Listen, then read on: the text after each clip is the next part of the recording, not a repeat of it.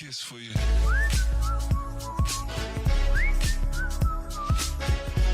Remember when everyone cared about 5G and it was this whole big thing in 2019 and everyone's like, oh my God, 5G is going to be this crazy new, innovation on top of the existing technology we already had. And all we needed was the phones and infrastructure. And then at that point, we were going to go all the way through. It was going to be good. All these products were going to be introduced and it was going to change how we communicated with each other. It was going to have 5G enabled cities, and virtual reality is going to take it to a new way where you can now stream information directly into the headset and move along like it would, real life. There's no more delay, no more latency, and this idea that, you could transmit data throughout cities all around because the cities would be so connected through 5G that you could just ping data back and forth, boom, boom, boom, and it would be great. And that was all enabled because these 5G towers and these 5G phones and devices were so much better than what came before. And it was gigabit per second, and we could do data like that immediately versus the old 4G system. And it was going to be great. And it got introduced in 2016 or so, in the basics, and then phones and stuff started to come out with 5G technology and 5G capability around 2018, 2019, and it was okay, we got some start, we got some momentum. There's not a ton of 5G phones at the moment, but we're gonna increase that. And there was a whole big thing at CES and the world whatever phone conference, and they were like, hey, we're gonna get some phones out here, it's going to be great, right? It's not, this is in 2019, early 2019. They're not a ton here, but we got some phones. And there's talks, the Chinese companies like Huawei were really getting into 5G. Xiaomi was getting into 5G. Back when LG was still making phones, they were really hyped about it. And more importantly, Samsung was ready to get into 5G. And that's obviously one of the big, phone makers. And it's we're going to do 5G. It's going to be good. We have a big phone maker with Samsung. The next year, Apple followed up with the iPhone 12 series that had 5G, and it was we are going from nothing to everything immediately. And then it's been 5 years since then, and nothing has happened. Absolutely nothing. So I really wanted to look into that. First off, as I started to explain, the promise of 5G, which is the fact that we could have these connected cities and these connected devices, and the streaming would be immediate, and you could do so many more things because the data limit would be so good that it wouldn't feel like a compromise when you were off Ethernet or off Wi-Fi, right? That was the promise. That was the idea that with 5G, we were able to accelerate so much quicker beyond what we could with 4G. The problem with that, as I'm about to explain, are a couple of things. And the first thing started with the type of technology that we decided to implement. It's called millimeter wave 5G. Now, millimeter wave 5G, importantly, was the first technology we tried to implement from this, and it's using very high frequency bands of 5G that Verizon started to do. And the idea behind this is we can get really quick speeds with this sort of setup, right? We can have your tower, and you can disperse the 5G wave, and it will be very good, and there will be no problems with it in the area here. It's going to be really fast and allow us to do all this stuff. This is actually a really good example here. The only way that works, and if you kind of think about this as a puddle in an ocean, right, or in a lake, is you have a main tower, that's the start of the ripple. And then you have the ripple. And the ripple's really good and really big and all this stuff, very close to the tower. But as you get farther and farther away, it becomes weaker. And we kind of knew that, and I was okay, so it have to be relatively close to this area for it to work because of that high frequency, right? The farther you get out, the lower your frequency. Millimeter is a type of measurement, right? Millimeter wave, the amount of space between the waves is very short. And so you need to be closer because as it spreads out, it's in a circle, so it's inherently going to get farther and farther away. Well, the other problem is the fact that if you think of something very close, very tight together, you start thinking about solid objects and things that are solid and things that are not wave properties. Millimeter wave, because it's on that spectrum of very short distance between the waves, functionally acts like a solid in a lot of, in terms of properties of waves that prevent it from doing a lot of things. So it can't go through, walls or bricks or buildings or anything like that because of the waves. And as you get farther out, you start to be able to. So the first thing you end up seeing is the fact that Verizon's 5G only worked in select cities because it needed to, an image here, It only worked in select cities. This was the original coverage map, right? And that was because it needed specific. So I think the first example that they tested was like New York, right? Can you see New York here? It's not a great map. Yeah, so like New York area, right? The reason they did that is because they needed some way to show and to prove that these towers could actually function in a city environment. They chose city because that's obviously where a lot of people are and all that. Here's kind of like what the tower looked like. These things right here, and these are basically scattered all around the city. And you could, look at them, and you could see them. Here's a good picture, right, all around the city here. And if you were like right here on the street, you'd be close to the tower, and you could connect. However, if you were, for example, farther down the street, let's say you were in this house right here, or in this house, it would not be able to pass through the metal pole, the car, all these things, and the wires and the house construction in order to be able to reach you, right? So that started becoming a problem. The first way we implemented 5G was that millimeter wave technology that was very good if you were right here, on the street or on the sidewalk or even in a car, right? It has a direct path to you, but started to get worse as you got farther away. Now, how do you fix this problem? Well, a lot of the ways they fixed the problem was adding a bunch of them, right? You're in a city environment and you need to have 5G because that's what we're trying to build here. And so you're going to have a lot of these poles with a lot of these systems set up because the idea is you're going to walk from, let's say, this pole to this pole, and let's say between that, some cars or houses in the way, you need to have a better direct connection to this pole. So we're going to just put a bunch of them around so that no matter what happens, you're going to be connected to a direct path to a 5G tower and get that quality that you want. For some reason, we decided that that is going to be the best way to do 5G, at least the first way, and that's what Verizon started implementing, and that's why all these millimeter wave ones are Verizon specific, right? That's kind of the first issue we have, is that we have Verizon, this major retailer in the US, carrier in the US, doing this thing and trying to make this work in kind of like the worst way possible in terms of brute forcing it and just putting a bunch of them around, right? That's the first issue. Now we're going to get into the issue that's on the carrier. That's on kind of like the infrastructure side of it. We started with that, and then we eventually went into something called millimeter wave. And millimeter wave, not millimeter wave, sub-6, which is the, I guess, one that T-Mobile and sort of AT&T are adopting. And that's, okay, we can't easily do millimeter wave because it's too, problems I said before. It's need too many of them. It becomes an issue.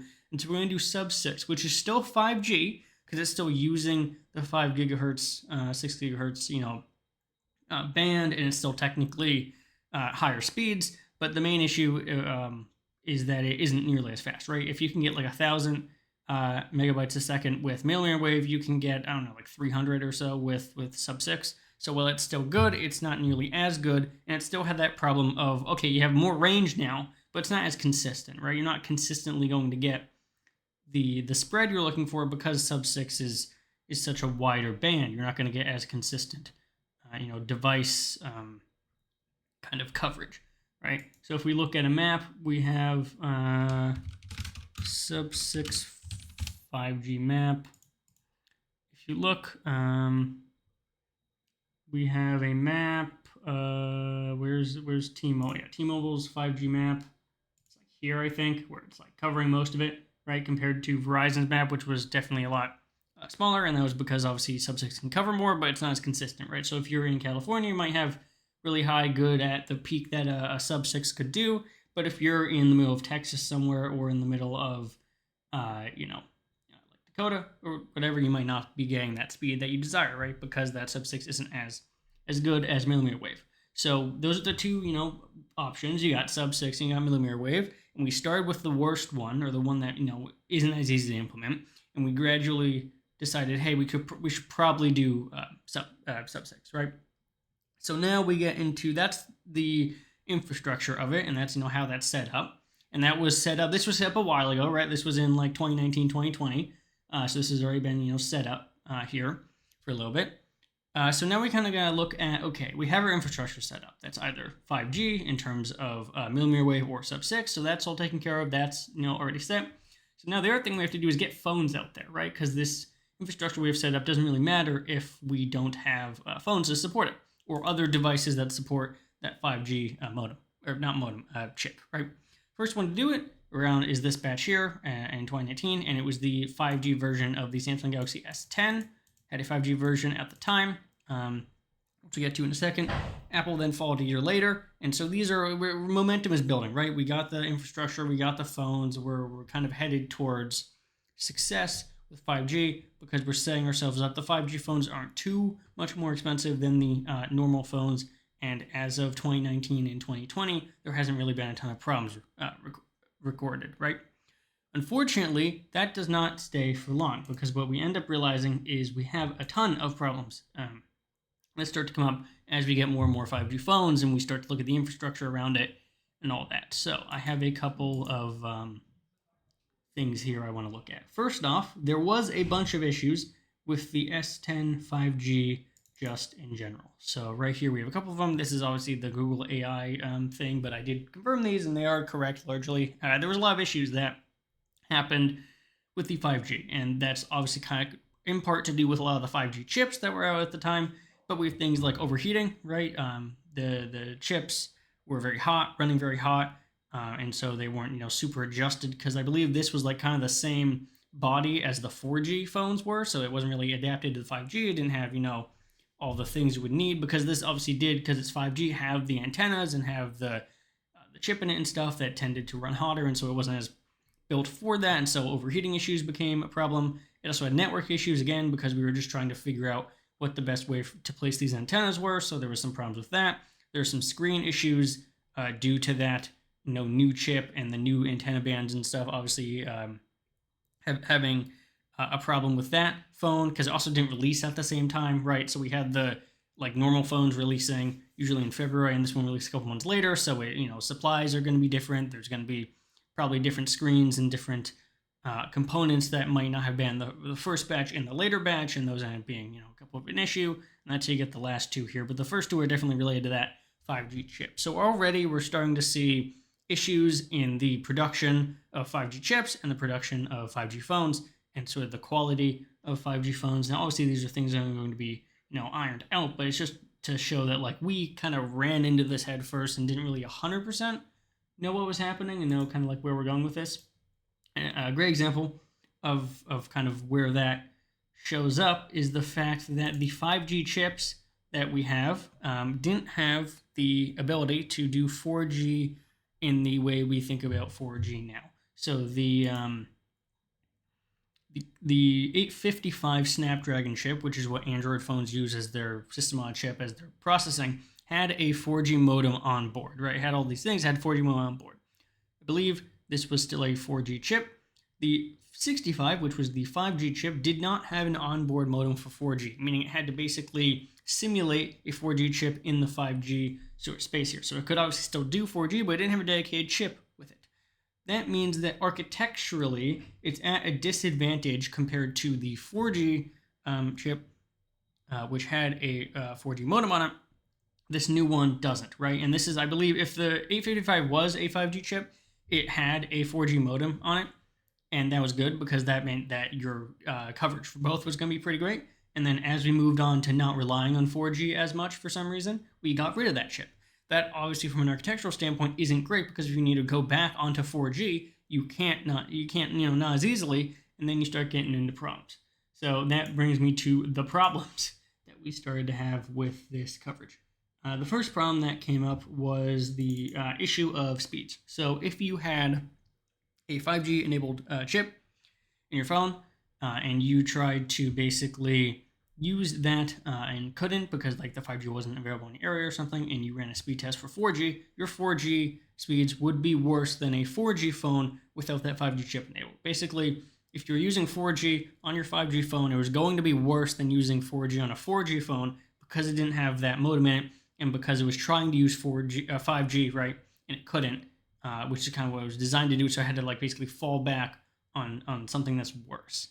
And that's kind of what you see here in the screenshot, and this was corroborated with a bunch of other screenshots, but people saying, hey, my 4G is actually worse for some reason on the phone side when I have my 5G chip.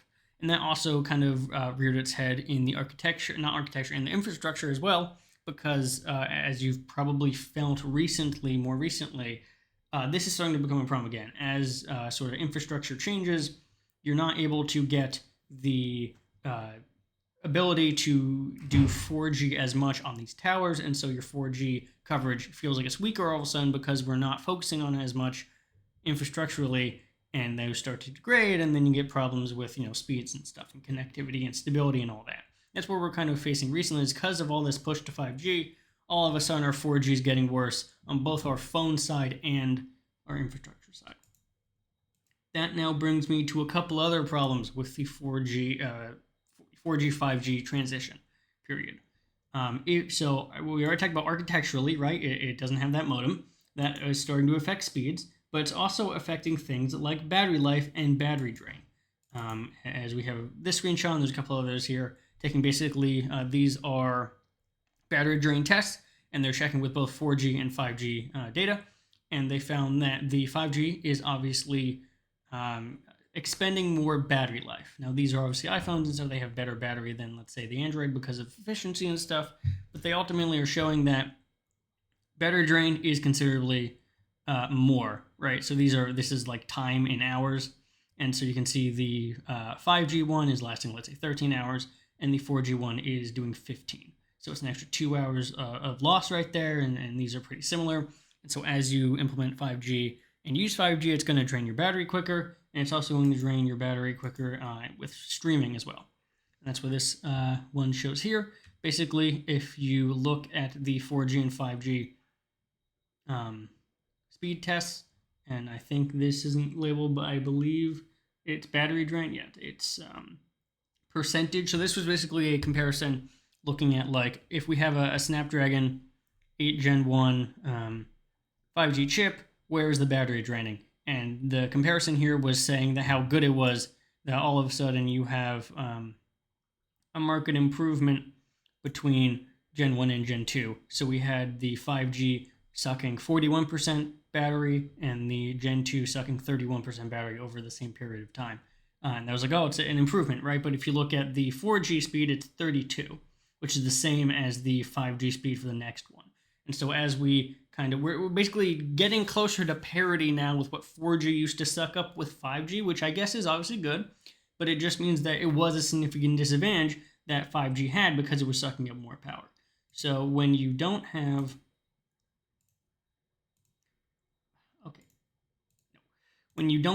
that architecture affecting speeds, the 5G chips in general affecting stuff like battery drain, just because they are more power hungry, right? They have that modem, it's more demanding. And you also have things like antenna. The antenna aren't super relevant. They were a little bit for, like, obviously connection issues, but the big thing the antenna started to do with a lot of phones was affect kind of where you could put them, which started maybe affecting some phones' durability. It affected, where NFC and stuff could go. And so basically, phones became a little bit more complex in what they had to, accommodate. That's why the S10, for example, didn't have an expandable memory, which is the first time that a Samsung didn't have expandable SD card memories, because they had to fit that 5G antenna in. It was like, oh, we don't have space for SD card because we have to fit that 5G antenna in. So that's kind of, where that happened. And as phones obviously got both millimeter wave and sub-6 antennas, you had to fit both of them in, and then, so ultimately it just adds complexity, it adds, durability concerns maybe, and just overall it adds more time to making these phones because you have to add in more antennas. Here's a screenshot talking about the antennas, talking about where they go and how they're super small, obviously, but they still need to kind of like fit into the phone, and so that obviously takes more engineering than the 4G antennas, which are already baked into all the phones anyway. The design was already done right. 5G was a pretty big shift in terms of that, and obviously more parts kind of communicate more cost. Now, this is obviously isn't a problem anymore because 5G is sort of unanimous at this point, but when these came out, they were more expensive. They obviously, because of what we talked about, they ran hotter, so they drained more battery. They made speeds worse. They were just overall not a very good sort of upgrade to 4G for most people, right? Because most people weren't going to get those speeds. And if you were going to get the speeds, you couldn't really use them for as many things as people thought you could, because the other infrastructure wasn't kind of like set up to do it. And so you really just got something that was worse on battery, more expensive, made the phones more complex, worse speeds in a lot of situations, and just a lot of growing pains. The biggest problem with the growing pains is where the growth ended up heading. And I think that's kind of important to understand, where the 5G, where 5G is currently. So here's a Statistica graph we have here. 5G was predicted and is predicted now to be about 2 billion devices or smartphones. 4G at this point is about 5 billion, which is considerably more, obviously. But this kind of trend line indicates the amount that we're expecting to see. That does not tell you what we were hoping to see. This is also a statistical one. This was a state of 5G estimation in 2021, which was about a year after all the hype when we were having a bunch of momentum. And it was like by 2025, North America is going to have 63% compared to the current adoption of 13% in North America of 5G, right? So in 4 years, we're going to go from 13% to 63% of 5G. And it was like, okay, China's going to go from 29 to 52, and all these other countries are going to, Europe is going to go from 4% to 44, right? And so we're going to have 63% of total mobile connections, right? Excluding Internet of Things devices, but total mobile connections being based around 5G. That also includes things like cars and infotainment centers and that kind of thing, right? But that's 63%. And the reason I have this in the background here is to show you that that is not even close to what we have. Where is this one? This is from a 5G website, 5gamericas.org, and it basically says, overall, North America continues to be the leading region in 5G development with 176 million connections as of quarter 3, 2023. This represents an additional 22 million of new connections in the last quarter, or 14% quarter over quarter. This translates to a 26% market share and a 46% penetration rate. This site that is dedicated to tracking this information says we're at a 26% market share. That is about half of what it says we should be at or predicted to be at, which is 63%. Now, obviously, that's 2023. In the end of 2023, we're in 2024 now. We have about a year left. But I don't see any way that in a year we're going to double what we have if we're currently at 30%. And we already had all the momentum from 2019 and 2020 where everyone was getting 5G phones and hype for 5G. And then all of a sudden it disappears off the face of the earth. We're not going to get that extra 40 points, 40%. And I suspect all these other places aren't really going to either. Because even if you have the infrastructure like Europe where you're smaller and you can have 5G, the last point I want to make is that the other things we have are not taking advantage of that. And the first thing people thought we could do is, we can finally do 4K streaming of things, when literally nothing infrastructure-wise is set up to do 4K, nor would you be able to do 4K on something like a phone that doesn't even have 4K screens. YouTube is the only thing that's the closest we have to something that's 4K capable, and even then, in order to use that 4K successfully, you would need a TV or some other device that allows that 4K clarity. Because with most plans, you can do 1080p 60. You can't go beyond 60 because YouTube and other sites don't allow you to. And so what are you left with? You're left with YouTube at a standard rate we've always been able to relatively stream it at. And you're left with things like Netflix and Hulu and all these streaming services still unable to provide you higher rate, because most things on the service are DRM locked to not provide that higher rate on the device you're doing. The standard rate for Hulu resolution streaming on phones. It's like a set rate, right? Hulu offers 1080 and 720 on video quality for most compatible devices. Hulu streaming quality is available to stream in various definitions, but I don't think it's not. So Hulu is like 720, 1080, and 4K. And most 4K options are only available in like select movies. And even then, with a 5G connection, I don't believe you could stream in 4K to your phone, because I think the phone autos to 1080p, right? Because it doesn't have that 4K signal. It's not going to give you 4K.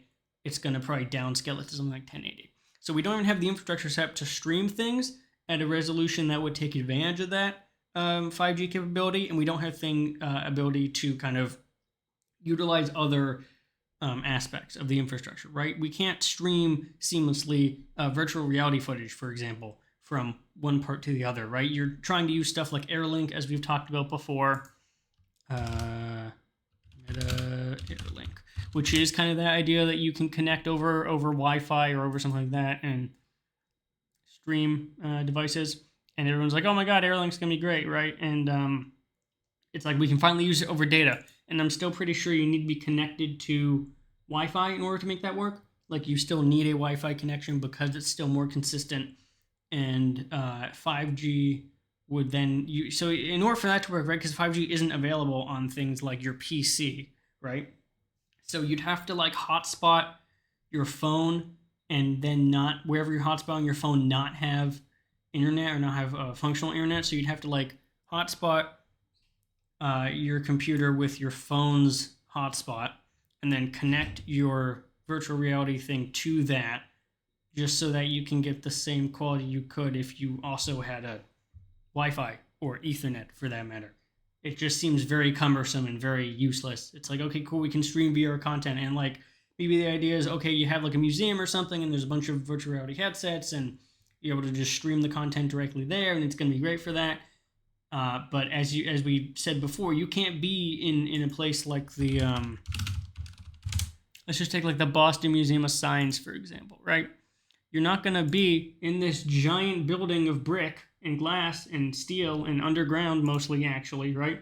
You're not going to be in this location and have a bunch of headsets on. The 5G is not going to be able to travel into this space with all this concrete. Waves are really bad at going through concrete. And so, like, the infrastructure is not set up. And when you realize this promise of 5G, you realize, okay, we went from something that was really hyped and we had the momentum there, and then you realize, oh, we can't actually do anything with that because the infrastructure is not set up, or it's literally impractical. Like, oh, we can have virtual reality streaming, or we can have streaming of TV content, or we can have I can download an app really fast. It doesn't. None of this stuff really works, and so all the avenues we thought could really be cool with 5G aren't set up yet, basically. Which isn't a problem. It's just an idea that like, oh, we have this idea for 5G and it's going to be there and we expect it to be really big, and it just isn't, and it's going to continue to kind of be this idea and this prophecy for I think quite a while, because what are we doing now, right? We're focusing on AI and generative stuff way more than we're focusing on 5G.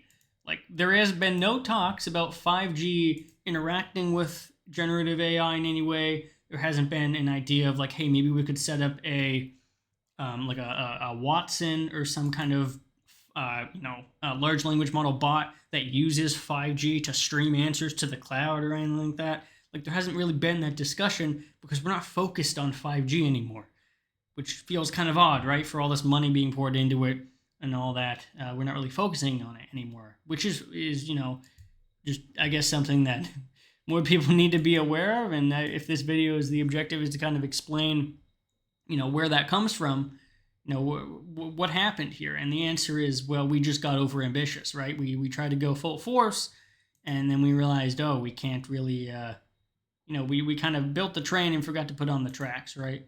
We have all this ready theoretically, and nothing really came out of it. So yeah, hopefully that was a good explanation on 5G and all that. And if you want to see any more than that, you can like, subscribe, and do all that. All right, I'll see everyone in the next video.